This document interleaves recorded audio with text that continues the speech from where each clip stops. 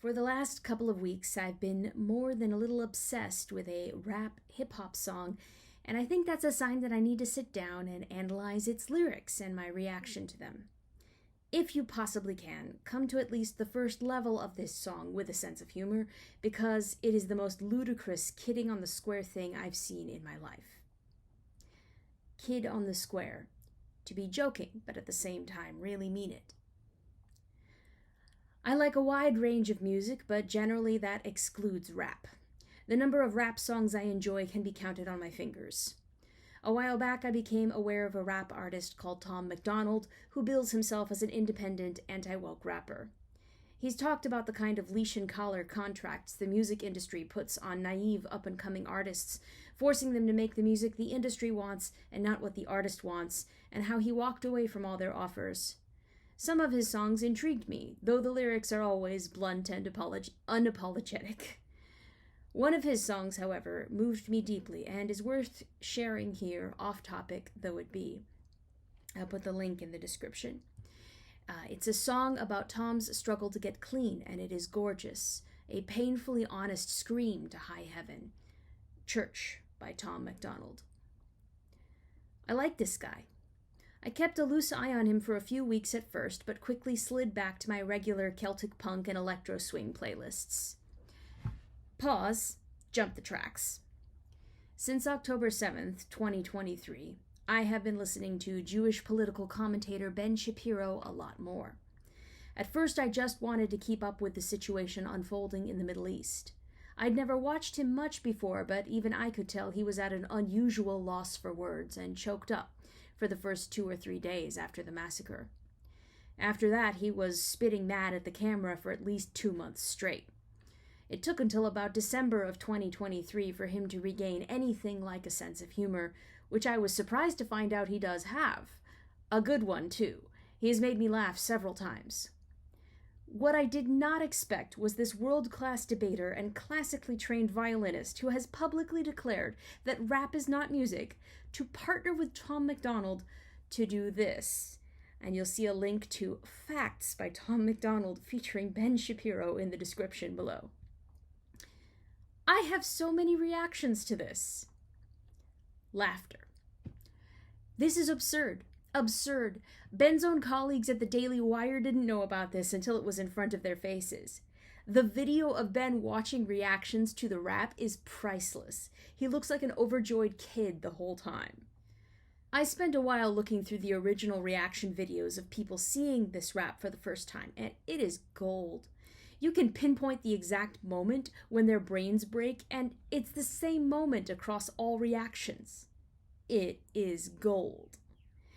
I've heard it said that comedy died under the Obama administration. I don't know if that is true, and I don't know if the attribution is fair, but I do get the sense that we've been allowed to laugh about less and less over time, and jokes about what came to be known as protected classes quickly became taboo. On the one hand, that sounds good on the surface, making it socially unacceptable to mock many groups of people in a vicious way. However, this taboo does not easily differentiate between malice and good-natured ribbing. Jabbing and poking at each other's individual and group foibles is one road to bonding. It can always go too far, but in the right spirit, this kind of humor is capable of unifying people in spite of and even because of their differences. Instead, what we have right now is a set of classes and groups protected from any and all criticism, and a set of classes and groups with targets painted on their backs. Instead of letting the humor flow in all directions, malice and resentment have taken over. Mainstream humor seems drained of all vitality, or else sharpened against only acceptable targets, and often the people wielding said humor are able to laugh at themselves least of all. The right spirit is pretty important to good humor. I've spent several hours watching a cooking critique channel that has afforded me a great deal of good-natured laughter. Malaysian YouTuber Mr. Nigel puts on the character of Uncle Roger, a Chinese not chef, who complains about bad cooking. He makes racial jokes many times, riffing on his own people, white people, and others, but after watching him and getting a feel for his channel, I find there's nothing to take offense at. He roasts everyone, but his good nature always shines through. When I watch him, I get no sense of malice, and he's always ready to poke fun at himself. He doesn't truly hate anyone. Will Rogers quote, I have often said in answer to inquiries as to how I got away with kidding some of our public men, that it was because I liked all of them personally, and that if there was no malice in your heart, there could be none in your gags, and I have always said I never met a man I didn't like. Malice, a noun, a desire to harm others or to see others suffer, extreme ill will or spite. If I had a guess, I'd say that a lack of malice and a willingness to laugh at yourself are two vital components to pulling off humor in a controversial setting. Bonus points on the willingness to laugh at yourself if you're a very well-known, powerful, influential figure. Several years back, most phone users were caught up in a craze for this app game Pokemon Go, where you could look through your camera and see where Pokemon were supposed to be in your real-life surroundings and catch them. It blew up. Everyone was doing it, even the Israeli president. The caption in Hebrew for this was, "Somebody call security." I laughed so hard. I reblogged this to my Tumblr feed, sure that everyone would laugh with me. A few did, but I also caught some surprise backlash. I was told that this wasn't funny and that I was stupid. I can't take those people that seriously, but it did stun me. If the leader of Hamas were to do something like this, I would still wish him caught by the IDF and in chains for the rest of his life, but I'd also think it was funny if he was capable of making a relevant Pokemon Go joke. I ran this situation through my mental simulator and concluded that, yes, if Hitler had been around and was able to make such a joke, I would probably laugh, because the instances of a political figure unbending their dignity enough to make that kind of a joke properly is too rare. If I can imagine politicians I believe to be directly serving evil making this sort of joke and still laugh, I do not understand where everyone else's sense of humor went. So, I returned to Ben Shapiro and Tom McDonald making facts.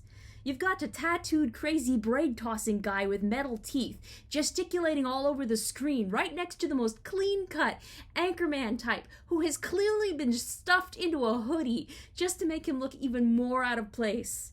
Ben stands still and deadpan delivers his verse slower than anything he says on his own show, while perfectly on beat, blowing everyone's mind. Ben and his 10,000 plus hours of classical violin training stand there and feature in what becomes the #1 rap track in America. He knows what he's doing. He knows what it looks like. You think he forgot his own opinions about rap? Some have accused him of being a hypocrite because he once said rap isn't music. To those who really think he's being a hypocrite, the joke and Ben flew 10 miles over your head. I think part of the reason this hit #1 on the charts is because, love him or hate him, he set dignity aside and took us all off guard, giving us a few minutes of riotous laughter that people on all sides of the aisle desperately needed. After I stopped laughing, I found sections of the lyrics playing on loop in my brain for days, and that is when I knew I had to process through some of these concepts. The all X are racist or sexist argument. Claim that I'm racist, yeah, all right. I'm not ashamed because I'm white. If every Caucasian's a bigot, I guess every Muslim's a terrorist, every liberal is right. I want to start with the root concept of this and apply it where it's cropped up in my life. One person I knew told me that there was a man in her life that she did not blame for his behavior because he was just raised in sexism and it wasn't his fault. It was a casual statement that did not, as far as I understood it, refer to that particular man's situation, but referred to the American cultural soup. At the time, I was deeply disturbed, but had no words to express my intense disagreement. Neither was I ready to be in conflict with anyone I cared for, so I kept my mouth shut. To me, this whole concept is a bizarre take on Christianity's concept of original sin, except worse. Instead of a failing ascribed to the whole of humanity, certain classes or segments are permanently tainted simply for being born into that class or segment. That concept, historically, always has dark outcomes. The idea that men are sexist and it isn't their fault says so many things that bother me. What I hear is 1, women can't be sexist. 2, men have no control over their viewpoints or behaviors. 3, a man's opinion is to be automatically discounted with an eye to the fact that they have this inherent flaw, sin, or failing, and that 4, this applies to all men everywhere throughout all time. So 5, if you give birth to a baby boy, he's already damned and it's nobody's fault, but also nobody can really fix it. Honest, it makes me wonder about some of the trans women, if maybe some of them saw that changing their bodies as their only escape from the new priesthood's damnation. I took this in the sexist direction because that's a facet of the argument that I personally encountered. However, this was originally about race, so let's get back to that. At this point, I am thoroughly muddled on where I am in the race conversation. If you go by historical standards, I'm not white. I am Irish, Scottish, and Ashkenazi Jewish from Russia. White, if I understand correctly, refers to Anglo-Saxon, which is quite literally a minority in this country and has been for a long time. I have a Jewish-Irish friend whose parents proudly own a house in Los Angeles, whose deed declares that it cannot be owned by either Jews or Irish. Jews were, and still are, often discriminated against by colleges because they outperform many other groups academically, and the doors are closed to them in the name of equity. Irish lives were so cheap in early America that, according to Thomas Sowell, railroad companies preferred to hire Irish to lay tracks instead of getting slave labor, because the death toll was quite high and slaves were an expensive investment. It's said that the work was so dangerous that there's an Irishman buried under every railroad tie. But my skin is white. Therefore, anytime there's a barbed joke or hateful comment about white people, I can't help but dig to the intent, and the intent of a generally thrown barb like that is clear. If your skin looks white, this is at you. Therefore, even if they are incorrect about me, I still end up taking the remark quite personally because the intent is clear. Again, the discount on opinions begin to apply. Are you white, or do you appear white? What you have to say is irrelevant, regardless of the facts. You don't get to speak. You don't get to have an opinion. You don't get to bring up questions. I get to laugh at you, but if you laugh at me, I will rain hellfire on your head. I will get you fired. I will dox you if I can. These are the undertones that I hear running through most jokes about white people these days. And yet it's the white people who are racist? The white people who are hyper-focused on race? When I was a kid, we were encouraged to be colorblind. What that meant was not a flattening of race or a forgetting of culture, but a mutual respect between all cultures. Somewhere along the line that disappeared, and I don't understand why. I had never felt more at home with those of other races and cultures than I did back then. Ever after, I have walked with stooped shoulders or furtive glances, afraid of saying or doing the wrong thing, or having my words and actions twisted against me. I do not like this division. It is awareness taken too far and gone terribly wrong. Individuals should be judged for their own words and actions. The flag. Where the American flag's at? Remember when people would hang those? They've been taken down. They all been replaced with BLM flags or a rainbow. When I lived in Southern California, I had the uncomfortable feeling that an incorrect display of politics or religion would bring hostility, maybe even egging or tagging. Say the right thing or say nothing, and fly the right banners was the unspoken pressure that hung over me. To this day, if I am in an area where there are only flags that promote BLM or the LGBTQ+ communities, it's hard not to feel like it would be safer if I conducted my business and left with as little conversation as possible. Moving to Houston and seeing the multiplicity of flags felt like a breath of freedom. It offered a visual promise of open and honest dialogue. There were huge state flags everywhere. Many front yards had full-sized flagpoles with American and state flags flying, and giant American flags are commoner than you'd think in commercial parking lots. Around election season, I saw just as many Biden flags as Trump flags, and often in the same neighborhood, and that heartened me. It felt like a city where displays of ideological differences were acceptable, and front-lawn dialogue was part of the culture. There was no lockstep, and I didn't sense the same conformist pressure around me. It was the first time I felt like I had permission to be proud of being both American and Texan.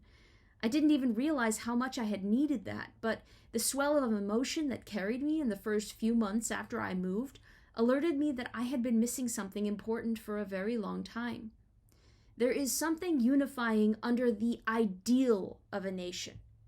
This, like every grand idea, can always be carried to a negative extreme. And of course, our country has a history of both evils and incompetencies. But standing together under the ideal that the nation strives for is a beautiful and unifying action. For those first few months in Texas, I felt some small balm to a shame I hadn't even realized I'd been carrying. I think that, like humor, an American flag hung in the right spirit is a good and unifying thing, in no small part because it is the umbrella meant to encompass all the different groups and aspects of this country. If you break that down too far into groups that become about militancy and hyperfractionated individualism, we lose sight of being able to reach each other and work together in spite of our differences. Without a uniting principle of some kind, there are no grounds for mutual respect, and only division and hostility remain. Sons into thugs, daughters into hoes. This ain't rap, this ain't money, cars, and clothes. We ain't selling drugs, we ain't gonna overdose. We ain't pushing guns, ain't promoting stripper poles. We won't turn your sons into thugs or your daughters into hoes. As mentioned before, I listen to very little rap and hip-hop by choice. Occasionally it's in my vicinity and I can't help hearing it. The general lyrics that I catch tend to be about doing something violent or sexual to your bitch, and how much money you can flash, or what status you can show off in what you wear or drive. Can we call that a spot check? Because if that's what I'm hearing whenever someone with loudspeakers drives by me, chances are that's indicative of lyrical content for the most popular songs in the genre. In the end, this may all come back to don't like, don't listen, and fair enough. Generally, I don't. But I think MacDonald's point is that music has a pretty profound effect on a lot of people, and a lot of people listen to rap and absorb the lyrics on levels they don't even pay attention to. His own story pegs the music he consumed at an early age as one factor in his addiction issues. Personally, I love what his lyrics imply, that it's good to aim for higher and brighter concepts instead of the shallow flash and temporary hedonism prevalent in music industry lyrics. I think he's also asking why. Why is this the lifestyle held up as an ideal, as glamorous? Most people outside that particular lifestyle know it's destructive, and I'd bet many within it do as well, so why hold it up as an ideal? And MacDonald refuses to. He's actually able to flout the industry standard because he's independent, and that is why this stanza stuck in my brain. Respect. If you want my pronouns, I'm the man who don't respect you. When did we lose the idea that respect has to be earned? Maybe this seems like a weird nitpick, I don't know, but even if I have the flaw of handing out trust like candy, I know that's not a good way to live, and neither is forking over respect by the shovel load. Trust and respect are to be earned. On the individual level, here's the truth. I'm struggling with the idea of people's preferred pronouns. At one point, I had decided that I would say what I was asked to say, but only for people who I was friends with, whose lives I had invested in, and who had invested in me, because they had earned that respect from me. For completely different reasons than respect, I'm no longer sure this is a good idea. I begin to wonder if I'm actually harming a person on levels they won't even see until a decade down the line if I acquiesce to this request. Do I respect them now by bending a little? Or do I respect them by telling them the truth that I believe and trusting they are adult enough to engage me on that level? But here's the thing. This previous paragraph works on the individual level. Moving up a level to the group dynamics of the identity politics crew, the loudest segment of that group seem to demand respect that they have not earned from people they do not even know. On the whole, as they demand this hyper-individualized treatment from all of society, I don't at all get the sense that they have even considered whether they have earned respect or whether they owe anyone else respect at all. Their contempt and disdain and rage, I believe, is what brings MacDonald to say, "I'm the man that don't respect you." In that, I hear, "You've already told me that you have contempt for me and all that I am. You have not earned my respect, and you are not entitled to it." And I don't think he's wrong. I hope I offend you. I don't care if I offend you. I was put here to upset you. This is hard. So much of my life has been spent tucking and folding and crimping my corners down so I don't poke, prick, cut, or otherwise mildly discomfit anyone around me. Be small, be quiet. Don't offer your opinion on difficult things unless asked. Some have suggested to me that this is the way women are conditioned in American society, but in my own life, I don't see that I was conditioned to be this way for the benefit of men. What I see is that this was my own strategy for retaining friends. I reasoned that if they couldn't get upset at me, then they would like me and hopefully love me. And of course, they couldn't possibly get upset at me if I was inoffensive, non-judgmental, and so ignorant that my opinion wasn't even worth asking in the first place. Early on, I also became painfully aware of the turn or burn segment of Christianity. To me, their tactics looked like a train on fire with no brakes headed for a blown bridge. It felt like any reasonable middle ground person would be so turned off by this kind of bludgeoning that they would dive as far off the deep end as they could just to get away from these crazy Christians, and I couldn't even blame them. I was so embarrassed whenever this came up in online discussions. I tried to be even less offensive and even more loving, like Jesus. Wait just a minute. Now, hear me out. I am not saying that Tom MacDonald and Ben Shapiro are prophets or like Jesus, but have you thought about Jesus and the prophets lately?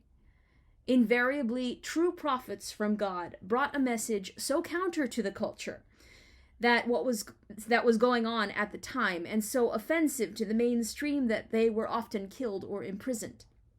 Jeremiah 36 tells of a prophecy written down and read to the king that pissed him off so much that he cut each column from the scroll with a knife as it was being read and burned each section in a nearby fire. And Jesus, sweet mild baby Jesus, he and his cousin John both called the Pharisees a brood of vipers, which at the time was about as bad as strolling up to a megachurch pastor and calling him a filthy bastard, in front of the congregants. Jesus constantly pointed out the religious leaders' misuse and abuse of the law, and often with, shall we say, strident language. I have always wanted the rational conversation, even when I had no ability to formulate one. Now that I can formulate rational conversation better and am honing that ability, it feels like the time for it has already passed. Has it? The uber-judgmental end of Christianity screamed. Now extreme leftists are screaming. Is the back-to-back backlash all that is left? MacDonald has bragged in many other songs about how he can't be cancelled because the record industry doesn't own him or a single piece of his equipment. Given how many people accept a muzzle and fall over themselves to apologize if they so much as sneeze incorrectly, is this the actual correct response to cancel culture? I will never say I'm sorry, I ain't taking nothing back. I'm so torn. I want calm and reasoned discourse, but when that fails and devolves, is this a valid fallback? I'm starting to think it might be. This is my favorite hip-hop and rap song. This song is hilarious. This song tells me that it's okay to stand by what I believe, with the caveat that I'm still working the particulars out, and that the resulting friction is actually a normal part of life. This song is a reminder that some life choices are healthier than others and tend to have better results. It reminds me there are ideals to aspire to. I was already reconsidering my dedication to being inoffensive, but this song reminds me once again that being inoffensive is not a virtue. For me in particular, it is actually cowardice, and I have to find a way to strike a balance with the new and rather combative side of myself that I am discovering.